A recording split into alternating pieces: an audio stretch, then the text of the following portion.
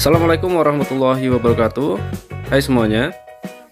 Di sini saya akan bagikan ke kalian pengalaman saya dalam memperbaiki packing klep pada mesin mobil Escudo XL7 yang ada rembesan oli. Di sini saya tunjukkan ke kalian di bagian depan contohnya, dan di beberapa sisi di sini sudah ada rembesan oli. Di bagian atas ini contohnya di bawah manifold ini juga ada rembesan dan lokasinya cukup tersembunyi ya. Kemudian di mesin depan sebelah kiri di bagian belakang ini juga lebih parah lagi, rembesannya sudah menumpuk menyebabkan mesin kotor. Namun yang tidak kalah penting, jika oli berkurang tentu sangat berbahaya buat pelumasan mesin ya. Seperti ini juga sampai berkerak karena tertimbun debu-debu partikel kotoran. Kemudian di bagian mesin depan kiri bagian belakang ini bagian delco, ini juga ada rembesan. Ini mungkin membutuhkan waktu cukup lama untuk perbaikannya menurut saya, karena membutuhkan ketelitian deh. Ini di bagian mesin sebelah kanan bagian belakang juga udah mulai rembes ya, bagian seal tutup klepnya. Oke, saya akan mulai memperbaikinya. Langkah yang pertama yang saya lakukan adalah melepas terminal negatif pada aki atau baterai. Selanjutnya adalah melepas strut bar, namun sebelumnya harus digeser dulu bagian box sekring atau fuse box ini agar dapat mengakses baut 14 pada strut bar. Pada Escudo XL7 ataupun Escudo series 1,6, 2.0 dan XL7 sama. Strut bar seperti ini cara melepasnya dengan menggunakan kunci shock nomor 14. Kemudian ini sebelah kanan juga sama, melepas 3 buah baut ukuran 14. Selanjutnya baru bisa kita lepas strut barnya. Kemudian langkah selanjutnya saya melepas filter udara, namun jangan lupa dibuka atau dilepas IAT sensor atau intake air temperature ya. Di sebelah sini jangan lupa dibuka. Takutnya nanti lupa dilepas dan ketarik kabelnya putus ya. Oke, seperti ini sudah terlepas. Ini filter udaranya, nanti juga akan saya ganti walaupun belum terlalu kotor ya. Langkah selanjutnya adalah melepas cover mesin bagian atas menggunakan obeng plus seperti ini sangat mudah ya sampai tahap ini. Ini tips dari saya agar kalian tidak kehilangan baut. Saya bisa mencontohkan ke kalian seperti ini adalah dengan mengembalikan baut ke dudukannya semula ya. Ini adalah salah satu trik atau tips agar kalian tidak kehilangan baut. Oke, lanjut ke langkah selanjutnya adalah sebelum membuka pipa intake udara, ini harus melepas 2 buah baut dan 2 buah baut kanan kiri di bagian intake manifold. Nah, di bagian intake manifold bagian depan itu adalah surge tank pipe ya. Ini saya baca dari manual books atau buku manual, buku petunjuk Escudo XL7 ya teman-teman.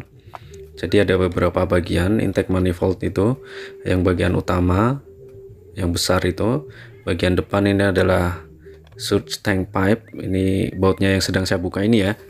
Ada 2 buah di kanan dan 2 buah di kiri. Setelah surge tank pipe-nya ini kita lepas, agak belibet ya ngomongnya ya teman-teman. Ini ada gasketnya ya. Jika gasketnya masih bagus bisa kita pasang lagi atau kalian bisa menggantinya. Ini saran dari produsen, sebaiknya diganti ya, namun karena kondisinya masih bagus jadi nanti saya pasang kembali. Selanjutnya adalah seperti tips saya tadi, mengembalikan baut pada dudukannya agar saya tidak kehilangan baut yang mungkin akan membuat pusing. Oke, ini pipa intake udara sudah terlepas. Selanjutnya ini mungkin saya menjelaskannya tidak berurutan sesuai yang di buku manual ya. Kalau yang di buku manual itu caranya adalah melepas throttle body, throttle body benar, terus bagian intake manifold bagian belakang atau intake collector ya namanya, dan melepas beberapa sambungan soket dan selang-selang radiator, selang heater, selang wire untuk gas ya atau akselerator. Oke, karena saya menemukan beberapa kesulitan dan tidak memiliki kunci untuk melepas bagian depan throttle body, saya mengakalinya dengan cara melepas bagian injektornya terlebih dahulu ya. Ini bagian pipa injektor itu ada dua buah kanan kiri yang sudah terhubung menjadi satu. Jadi ini saya putuskan untuk melepas dulu. Di situ ada 4 buah baut ya. Untuk sebelah kanan 2, sebelah kiri sepasang juga atau 2. Nah, ini cukup tricky dan harus hati-hati ya. Evaluasi untuk video ini adalah saya tidak melepas injektornya terlebih dahulu beserta kabel dan soketnya ya. Sebaiknya jika kalian memperbaiki seperti yang saya lakukan di video ini, bisa melepas kabel, soket, dan mencabut injektornya terlebih dahulu ya. Itu sebagai bahan evaluasi. Nah, dan ini adalah pipa injektor sudah berhasil terlepas seperti ini. Nah, selanjutnya baru saya bisa mengakses baut 12 pada manifold ya, intake manifold. Ini memang cukup tricky kalau di buku manual, di buku petunjuk caranya tidak seperti ini ya. Karena alatnya saya tidak punya. Jika kalian ada kunci mata kunci shock yang ukurannya kecil tuasnya dan mungkin fleksibel, kalian mungkin bisa mengaksesnya ya. Karena di beberapa channel di luar negeri sana yang saya lihat itu mereka ada alat khusus ya. Karena saya nggak ada ya, saya akalin aja. Baik, sampai tahap ini saya lepas dulu. Ini ada bagian selang dan wire pada akselerator ya, atau kabel gas. Jadi untuk Escudomatic kabel gasnya ada 2 buah ya. Untuk gas gas gas AT dan gas throttle bodinya ya, seperti itu. Ini bagian yang cukup sulit dilepas adalah bagian selang-selangnya. Mungkin juga karena faktor usia dan memang kondisinya sangat rapat, jadi butuh effort yang lebih ya. Oke, ini hampir terlepas, tinggal melepas kabel gasnya saja. Dan saya pikir ini perbaikan yang sangat seru untuk saya dan cukup rumit yang pernah saya lakukan ya. Oke, ini saya lepas bagian injektornya. Ini seharusnya dari awal tadi ya sudah dilepas, namun tidak apa-apa. Kalian bisa mengambil evaluasi dari video ini. Oke, langkah selanjutnya sebelum saya mengangkat intake manifold, ini beberapa selang dan beberapa kabel atau wire ini harus dicabut yang terhubung ke intake manifold. Nah, di bagian kanan ini yang sedang saya buka adalah pipa yang menghubungkan ke heater ya, atau penghangat di kabin mobil. Ini ada 2 buah baut, harus dilepas terlebih dahulu. Selanjutnya adalah karena belum bisa terlepas, bautnya diaksesnya susah, ini saya lepas dulu bagian koil ya. 3 buah koil di sebelah kanan saya lepas terlebih dahulu beserta soketnya, karena itu nanti juga saat melepas tutup klepnya juga mau nggak mau harus dibuka ya. Selanjutnya ini adalah selang yang terhubung ke pipa ke heater ya, seperti ini selangnya ada 2 buah. Nah, sebaiknya kalian kuras terlebih dahulu atau drainase terlebih dahulu radiator ya, air radiatornya, sebelum memperbaiki penggantian packing tutup klep yang baru. Langkah selanjutnya adalah melepas 12 baut ukuran 14 di atas manifold. Baru selanjutnya bisa kita angkat manifold atau intake manifoldnya. Seperti ini. Untuk di buku manual atau di buku user manualnya, itu kita harus melepas bagian manifold bagian belakang ya. Nah, manifold bagian belakang itu kalau di buku manual itu adalah dinamain intake collector ya. Intake collector itu yang terhubung ke throttle body tadi ya. yang ada sensor TPS, ada lain-lain gitu ya, ada kabel wire gas dan lain-lain. Namun karena susah, saya nggak bisa melepas baut bagian belakang. Di baut penghubung antara throttle body dan intake kolektor itu ada 3 buah baut di bagian belakang. Ada 1 buah baut sebelah kanan dan sebelah kiri yang susah untuk dilepas karena saya tidak ada kuncinya. Jadi mau nggak mau harus diakalin dengan cara mengangkat langsung bagian intake manifoldnya. Seperti ini kurang lebih, nanti kalian pasti juga akan melihatnya. Ini ada 12 baut yang harus dilepas ya. Dan soket injektor tadi kelupaan harus dilepas.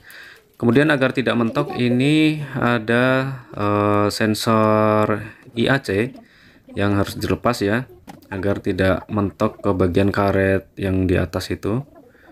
Nah, ini kondisinya kotor, nanti akan saya bersihkan juga bagian IAC ini. Oke, selanjutnya adalah mengangkat intake manifold 1 set ini ya.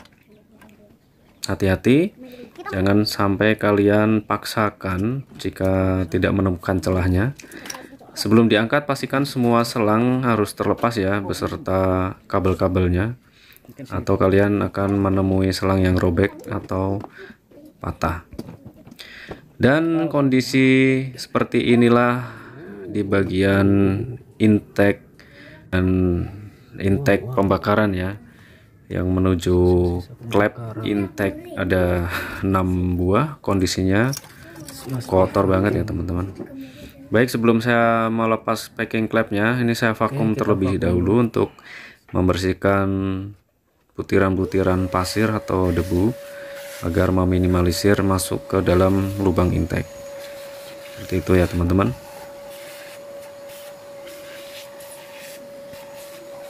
Ini ada bagian gasket, ini wajib diganti, namun karena kondisinya masih cukup bagus, saya tidak menggantinya ya.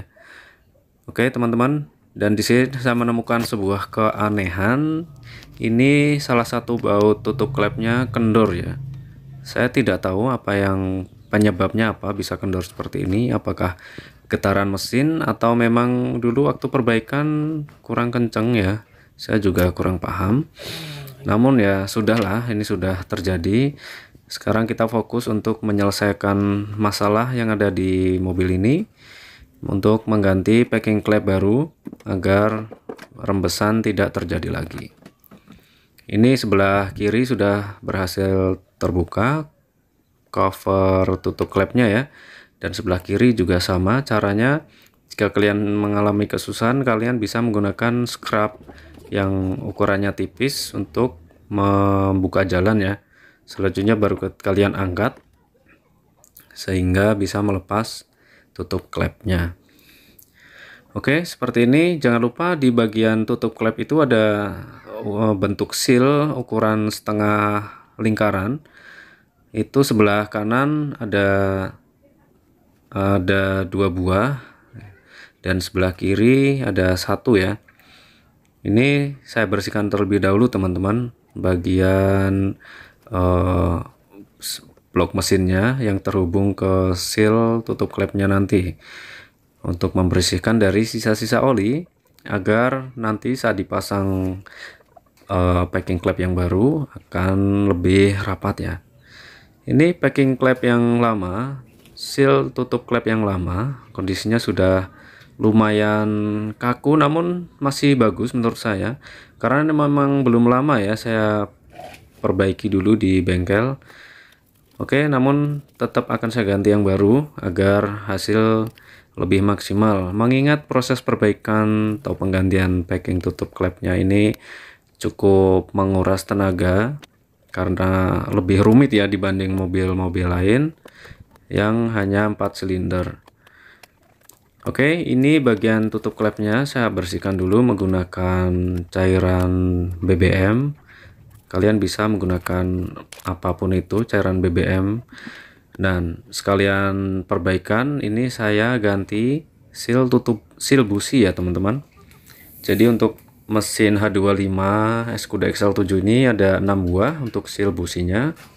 Sebelah kanan 3, sebelah kiri 3. Ini belum pernah diganti, jadi seal busi yang lama itu kondisinya sudah keras ya.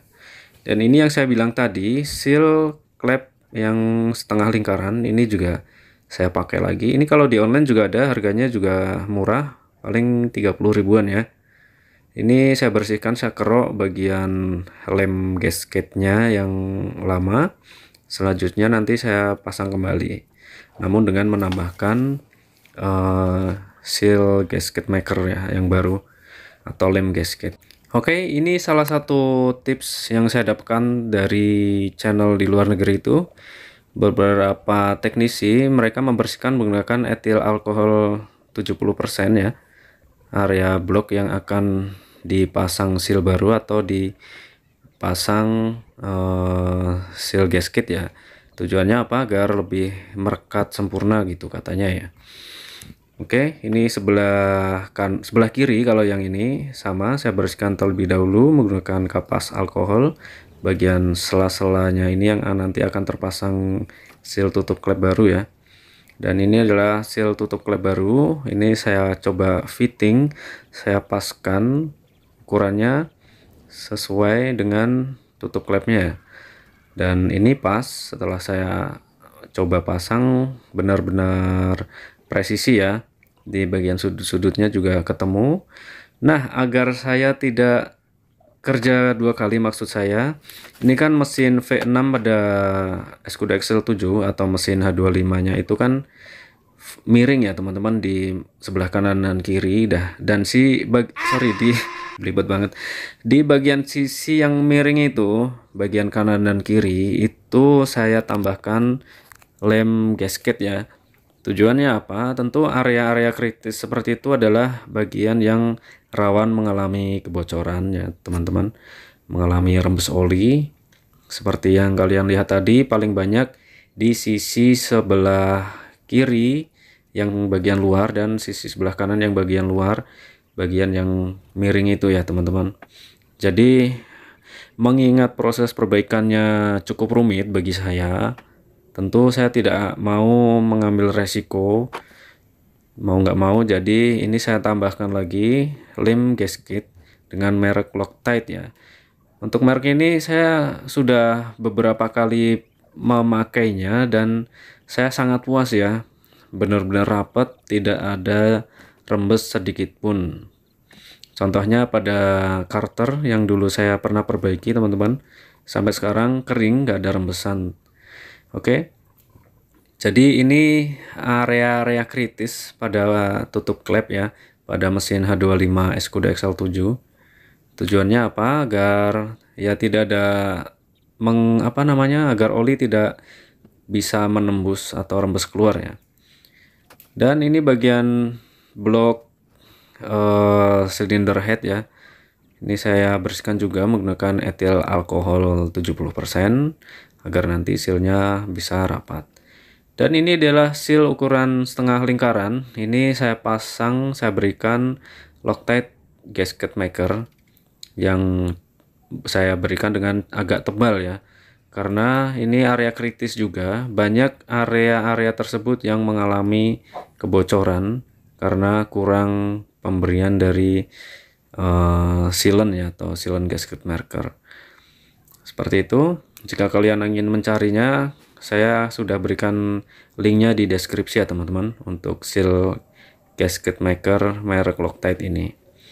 Oke, sebelum kita pasang packing tutup klepnya tadi, ini area-area kritis saya tambahkan Loctite gasket maker seperti di bagian delco, kemudian bagian depan, sambungan antara blok cylinder head dan cover timing chain, bagian kanan dan bagian kiri seperti ini ya teman-teman. Kemudian saya berikan juga di area sisi yang bagian bawah, cylinder head yang bagian luar, yang kondisi yang miring itu tadi ya, yang saya bilang itu juga saya kasih tipis-tipis ya, agar lebih rapat lagi. Walaupun rekomendasi dari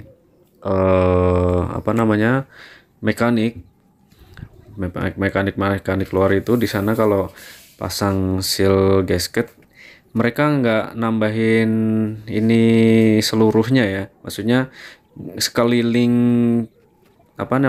daging silinder headnya itu nggak dikasih semuanya, jadi paling yang dikasih di area-area kritis aja seperti di sambungan antara blok silinder head dan cover timing chain ya, seperti itu.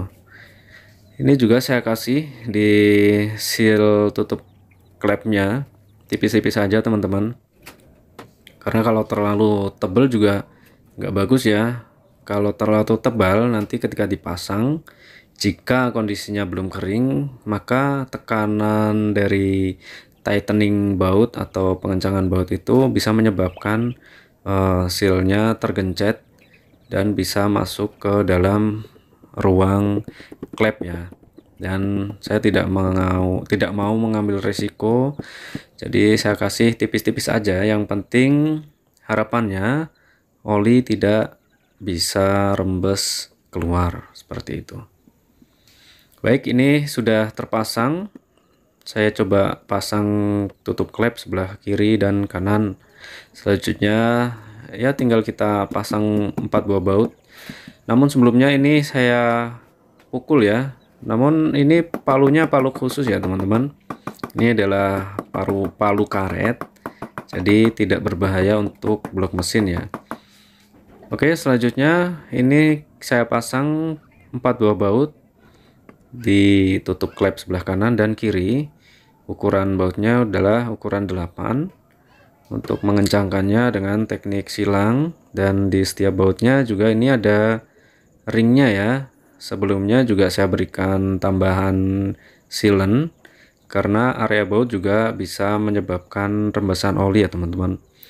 Seperti itu. Untuk teknik mengencangkannya, teknik menyilang atau cross tightening ya, apalah istilahnya seperti itu teman-teman.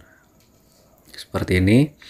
Karena saya tidak memiliki kunci torsi, jadi untuk pengencangannya saya kira-kira, namun dengan feeling yang berdasarkan pengalaman saya ya.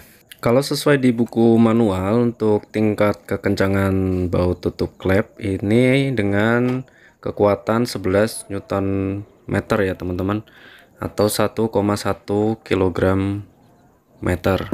Oke teman-teman, seperti itu ya kurang lebih untuk beberapa tips saat pemasangan cover tutup klep.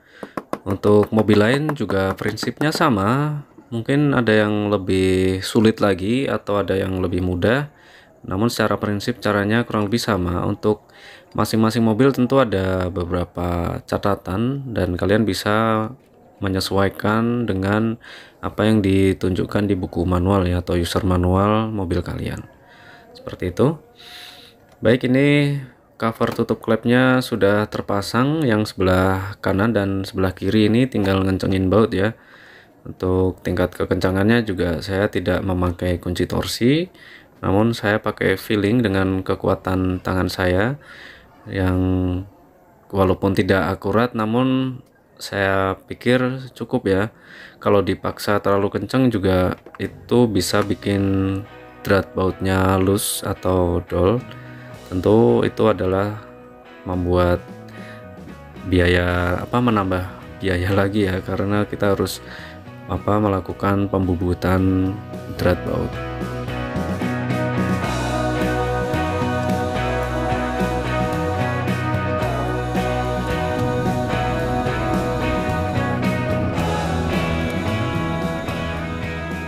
Oke teman-teman, ini bagian intake manifold dan throttle body dan selang injektor, beberapa sensor dan lain-lain. Ini sudah saya bersihkan semua. Bagian intake pembakaran ini juga sudah saya bersihkan ya menggunakan cairan carbon cleaner. Untuk cara pembersihannya nanti saya bagikan di video terpisah ya teman-teman, untuk bagian-bagian atau perintilan-perintilan ini. Oke, selanjutnya ini saya melakukan perakitan pada intake manifold. Ini adalah bagian injektor. Untuk injektor ini ada bagian dudukannya 4 buah ya, kanan kiri. didudukan bautnya. Dan cara perakitannya seperti yang kalian lihat, kurang lebih seperti ini ya. Ada 4 buah baut, sebelah kanan sepasang, sebelah kiri sepasang. Selanjutnya kita kencangkan.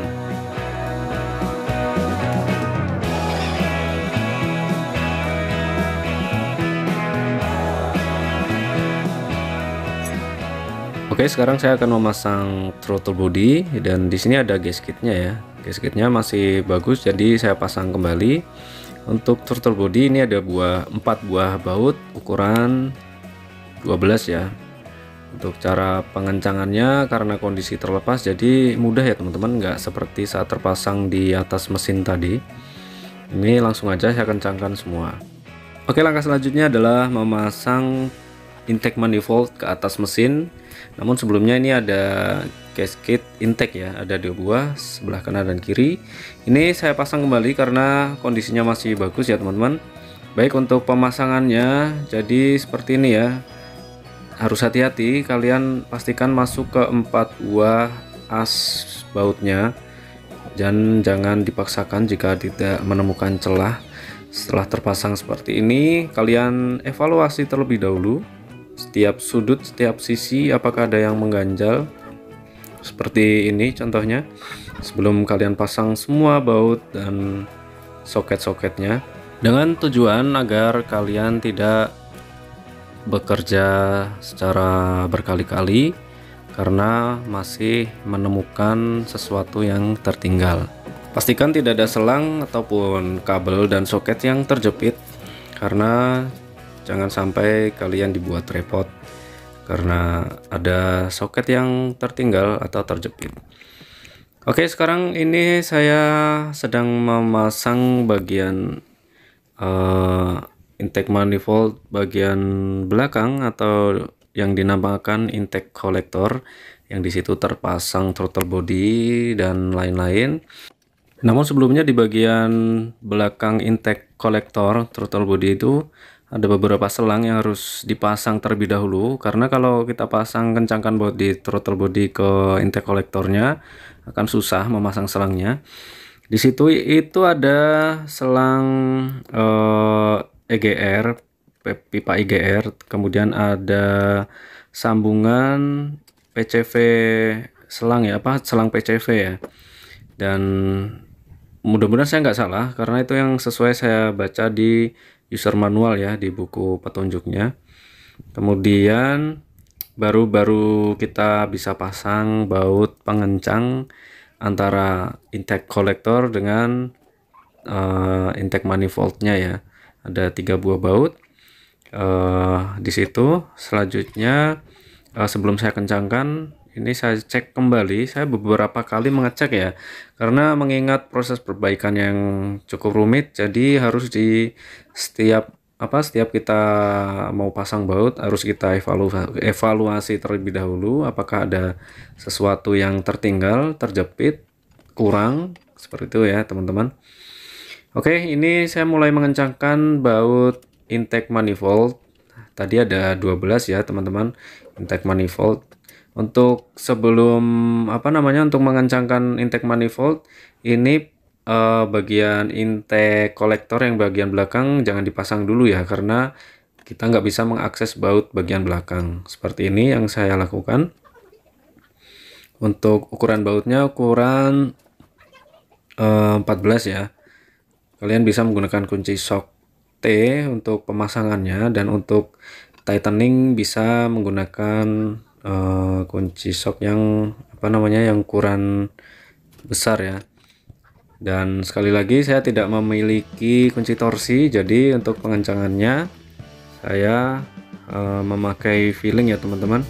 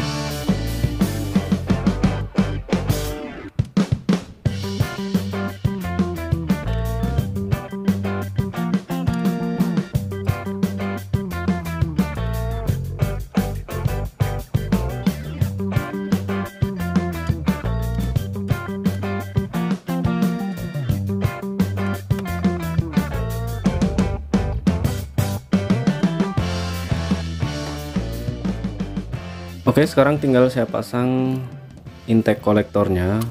Sebelumnya di sini masih ada selang yang belum terpasang ya. Ini adalah selang PCV yang harus disambungkan. Itu yang terhubung dari intake kolektor yang ada di throttle body ke bagian blok mesin bagian bawah ya teman-teman. Seperti ini. Selanjutnya saya pasang baut pengunci intake kolektor ke bagian intake manifoldnya ya, kemudian saya kencangkan.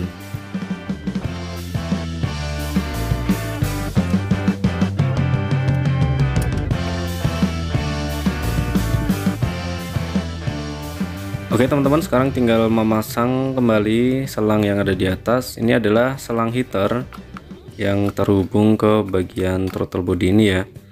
Jangan lupa kencangkan kembali bagian klemnya. Kemudian di sini saya mencoba merakit kembali kabel gas. Di sini untuk Escudomatic ada 2 buah kabel ya, kabel gas utama dan 1 buah kabel AT throttle ya, atau AT throttle cable kalau di buku manual. Selanjutnya saya pasang kembali bagian evap canister purge valve hose, bagian ini yang saya rakit. Selanjutnya ini wire atau kabel injektor saya pasang kembali dan saya pasang ke masing-masing injektornya.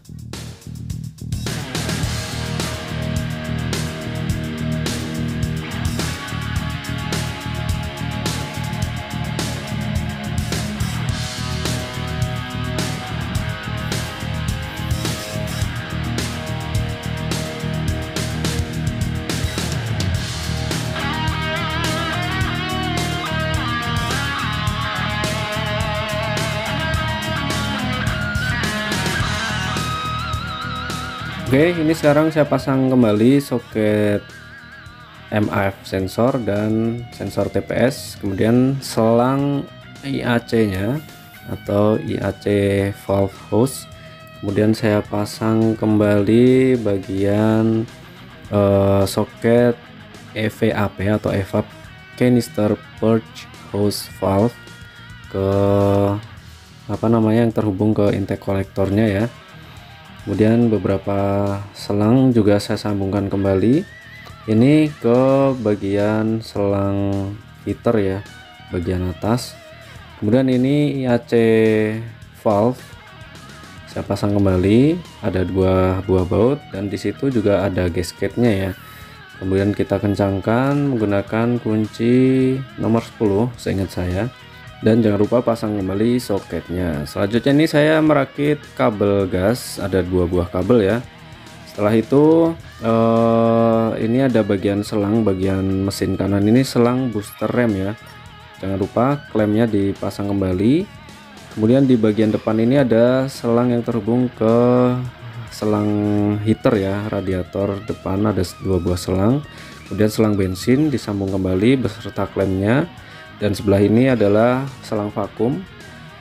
Terus jangan lupa pasang 2 buah baut ke selang penghubung atau pipa penghubung heater ya teman-teman.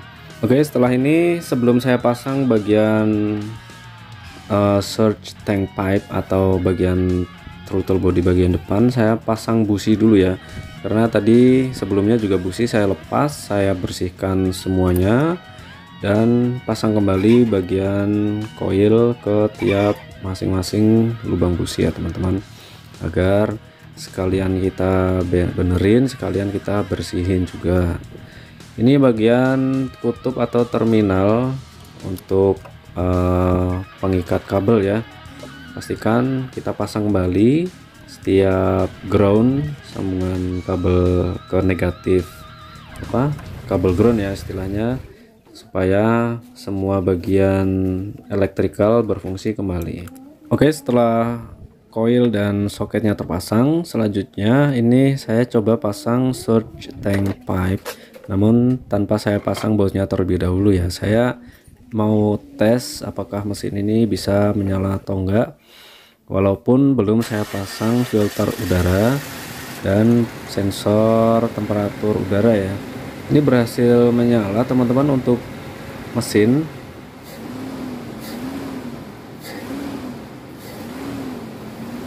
Oke, selanjutnya ini saya vakum terlebih dahulu di bagian box filter udara agar debu-debu kotoran tidak masuk ke lubang pembakaran ya. Dan ini selang yang terhubung dari filter udara ke intake manifold. Ini ada bagian yang melengkung dan menjadikan celah masuknya kotoran ya. Jadi saya perbaiki menggunakan blower atau heater agar kembali ke posisi semula, dan tujuannya lebih rapat ya, agar tidak ada kotoran yang masuk ke intake pembakaran. Selanjutnya saya rakit kembali selang intake dari filter udara ke throttle body, dan saya ganti filter udara yang baru ya teman-teman. Walaupun filter udara yang lama ini sebenarnya masih bagus ya, namun saya ingin hasil maksimal, jadi saya maksimalkan apa yang ada. Oke, selanjutnya saya pasang kembali filter udara beserta baut penguncinya, dan bagian selang ini yang ke throttle body juga dikencangkan ya, klem penjepitnya. Selanjutnya ini adalah surge tank pipe bagian depan, atau ya biar gampang throttle body bagian depan gitulah ya. Kemudian kita pasang bautnya, sebelah kanan ada 2 buah, sebelah kiri ada 2 buah. Kemudian ada baut pengunci yang menghubungkan ke selang intake selang intake dari filter udara itu ya, yang terhubung ke throttle body. Kemudian dikencangkan kembali menggunakan kunci shock T nomor 12. Kurang lebih seperti ini ya teman-teman. Kemudian langkah selanjutnya adalah memasang kembali cover kebanggaan pada mesin ini yang bertuliskan Vsig Twin Cam 24 valve. Kayak gitulah ya, menggunakan obeng plus. Kemudian ini cover udara, filter udara, pasang kembali selang dan soket sensor temperaturnya.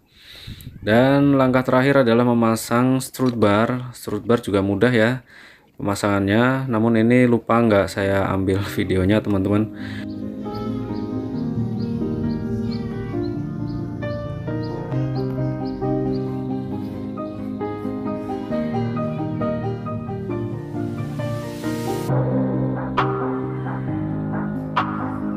Oke, sekarang tinggal saya coba jalan buat keliling Jawa. Saya pulang kampung untuk perjalanan ke rumah dan jalan-jalan ke daerah Yogyakarta ya teman-teman. Ini di kampung saya tunjukkan ke kalian.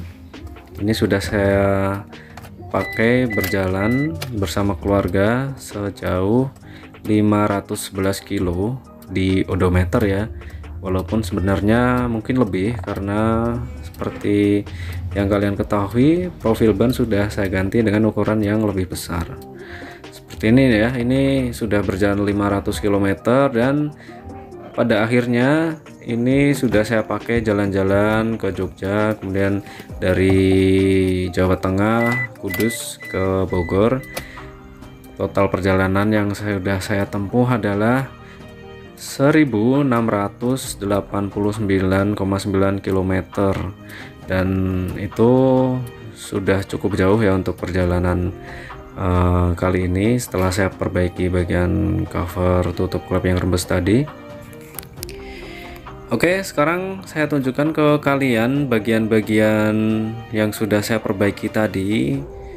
Maksudnya setelah mobil ini saya pakai jalan sejauh sekitar 1700 kilo ya. Ini saya tunjukkan ke kalian bagian-bagian yang rembes tadi untuk saya evaluasi bagaimana kondisinya. Ini bagian depan sebelah kiri ya, saya lihat aman, tidak ada rembesan.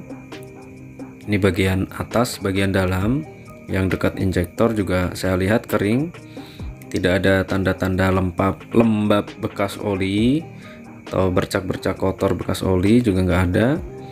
Ini bagian kiri ya, depan kiri ya, yang area sisi yang miring ini juga sudah bersih, kering. Masih ada sisa kerak, ini adalah sisa-sisa kerak oli sebelumnya, belum sempat saya bersihkan. Kemudian di bagian belakang mesin kiri ya, atau bagian blok silinder head sebelah kiri. Ini bagian delco juga aman, sudah tidak ada rembesan lagi seperti yang saya tunjuk bagian ini ya teman-teman. Ini bagian lengkungan tutup klepnya juga aman, nggak ada rembesan oli.